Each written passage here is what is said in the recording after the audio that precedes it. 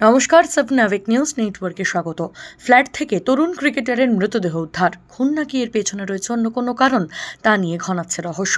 উল্লেখ্য, বাঁকুড়ায় বাড়ি হলেও হাওড়ার আন্দুল রোডে ফ্ল্যাট কিনে থাকতে শুরু করেন শেখ আসিফ হোসেন। গত কয়েক বছর ধরে দক্ষিণ হাওড়ার বাদল বসু স্মৃতি সংঘের মাঠে নিয়মিত ক্রিকেট প্র্যাকটিস করতেন তিনি। প্রতিবেশীরা জানান, ক্রিকেটারের ভাইয়ের ফোন পেয়ে ফ্ল্যাটে ঢুকতেই নজরে পড়ে টুকরো টুকরো অবস্থায় পড়ে রয়েছে কাঁচের টেবিলটি। ঠিক তার পাশেই রক্তাক্ত অবস্থায় পড়েছিল আসিফ। তাকে উদ্ধার করে নারায়ণা সুপার স্পেশালিটি হাসপাতালে নিয়ে গেলে চিকিৎসকরা তাকে মৃত বলে ঘোষণা করে। আমরা গিয়ে দেখলাম, নিজেরা ফিজিক্যাল স্পটে গিয়ে দেখলাম একটা ওই গ্লাসের আপনার সেন্টার টি টেবিল ছিল, টেবিলটা ভেঙে গুঁড়ো হয়ে গেছে, একদম মানে টুকরো টুকরো হয়ে গেছে, আর ও ব্লাডের ওই অবস্থা পড়াচ্ছে। তো ওকে আমি বললাম যে তুমি আশপাশের ফ্ল্যাটের লোকে ডাকলে না কেন?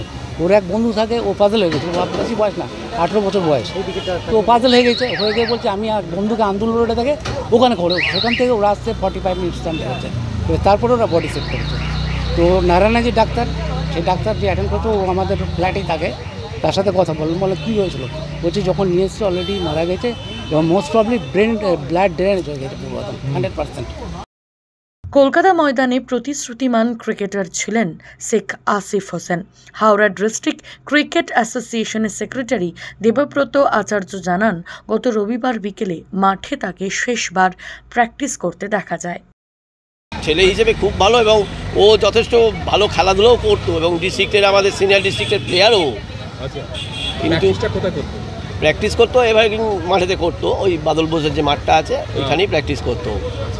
কিন্তু আমাদের সিনিয়র ডিস্ট্রিক্টের প্লেয়ার বলে সেই জন্য ও রবিবার দিনকে সিনিয়রের প্র্যাকটিস করতেও এসেছিল। আচ্ছা, প্র্যাকটিসও করে গেছে, করে যাওয়ার পর ময়দানে খেলতো কি? হ্যাঁ, কলকাতা ময়দানে তো ভালো খেলতো। হ্যাঁ, কোন স্পোর্টিং ইউনিয়ন না কোথায় লাস্ট বছর খেলেছে। তা ও এই যে বিপিএল হয়েছিল, বিপিএলেও ও ভালো পারফর্ম করেছে। বেঙ্গল প্রিমিয়ার লিগ যেটা হয়েছিল, হ্যাঁ বেঙ্গল প্রিমিয়ার লিগটাতে, হ্যাঁ 2020-তে ভালো রান করেছে। কিন্তু কি আচল যে ঘটনা ঘটেছে সেটা আমরাও এখনো পুরোপুরিভাবে জানি।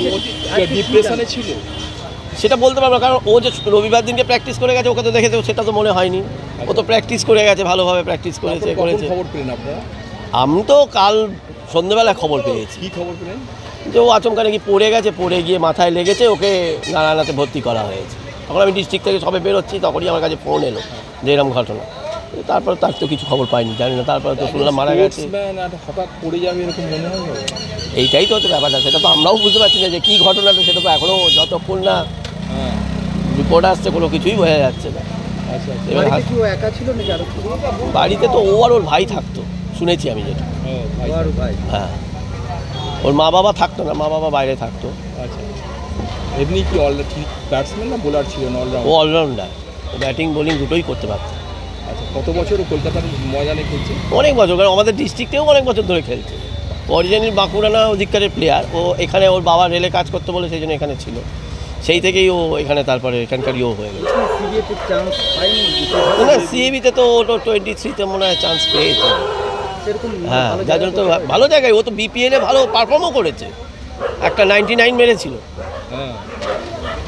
কিন্তু এখন কী ঘটনা ঘটলো সেটাই তো বোঝা গেল না ব্যাপারটা। হাসপাতাল থেকে খবর পেয়ে ঘটনাস্থলে ছুটে যায় এজিসি বোস থানার পুলিশ। পুলিশের পক্ষ থেকে একটি অস্বাভাবিক মৃত্যুর মামলা রুজু করে তদন্ত শুরু হয়েছে।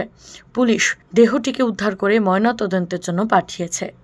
রাজু ঝা, সাবনাভিক নিউজ, হাওড়া। সমস্ত খবরের আপডেট পেতে লাইক করে সাবস্ক্রাইব করুন সাবনাভিক নিউজ। সেই সঙ্গে বেল বাটন প্রেস করতে ভুলবেন না। আপনাদের একটা সাবস্ক্রিপশন আমাদের জন্য অত্যন্ত মূল্যবান। জয় হিন্দ।